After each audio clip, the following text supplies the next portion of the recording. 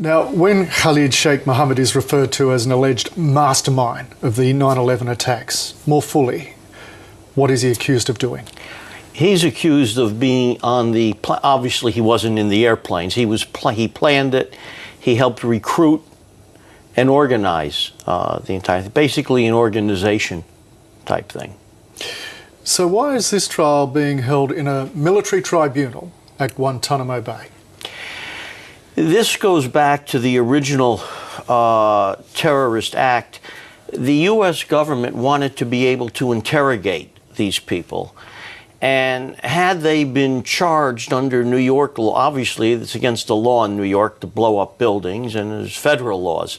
But had they been charged under those laws, they would have had all the constitutional protections of any other defendant and could have simply declined to be interrogated.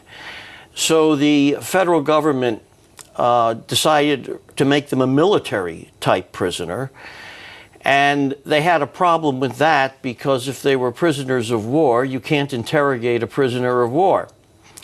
And Afghanistan is a signatory to the Geneva Convention. So they adopted this concept of enemy combatant, which is someone who commits criminal acts out of uniform. Yet President Obama, pre-2008, said not only would he close Guantanamo, but thereafter said that he wanted Khalid Sheikh Mohammed to be tried in a civilian court. Yes, he did, and he discovered that once this had all been put in motion, it was hard to change. The mayor and the governor of New York made it very clear they did not want this trial in New York City for any number of reasons, and the president deferred to their judgment. He's in a situation that was created not by him, but was created 10 years ago, and there's no easy way out of. Now, this man was waterboarded. How will whatever confessions or information extracted under what is a highly controversial form of interrogation, how would that hold up in this tribunal?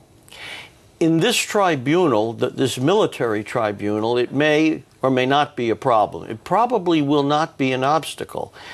The unknown is that after this military tribunal is all done, there will very likely be further review by the United States Supreme Court. And that could be a whole different story. And that's some of the objection that has been raised already by some civil libertarians in the U.S. saying that we're doing this the wrong way and it's only going to lead to further complications. So whatever verdict is reached in this tribunal, it doesn't mean the end of the case? No, absolutely not. I mean, these military tribunals have been up and down to the U.S. Supreme Court almost a half dozen times, and other than the last time, the government lost every proceeding, and that's what created these hearings. But by no means is this the end of the road. This is a situation, the government was so determined to interrogate these people, it didn't want to do it the normal way, and now has a very awkward procedure it has to go through. In this case, given that this man has said he'd welcome martyrdom, what's going to be justice in the eyes of the American people? It was mentioned that potentially the death penalty could be extended here. But what is going to be justice in the American people's eyes? I suppose there's a lot of emotions. Certainly at an emotional level, there'd be a lot of people who would say that's just fine. But at another level, there's got to be questions about this person's competency and whether or not it should be more of a, let's say, if he's convicted, we don't know. I honestly have no idea how good their case is against him.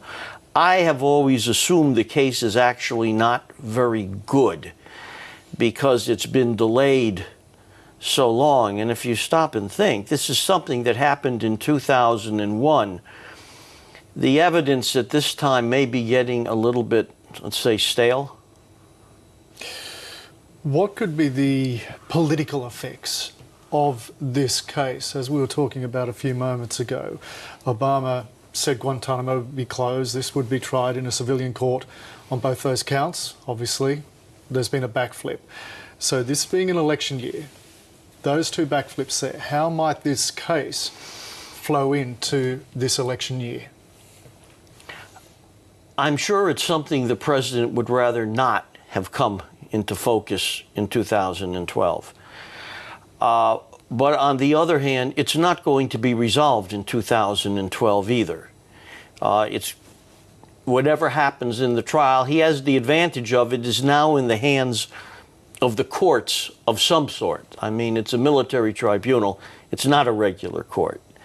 But he can at least say, it's before the courts, we shouldn't be involved in it, let the courts take their normal course. So there'll be the next American president, whoever that may be, long before this trial is over? I would suspect so, and the current president may have to deal with it again or somebody new. Harry Melkonian from the US Studies Centre at the Uni of Sydney, thanks so much for your time tonight. Thank you.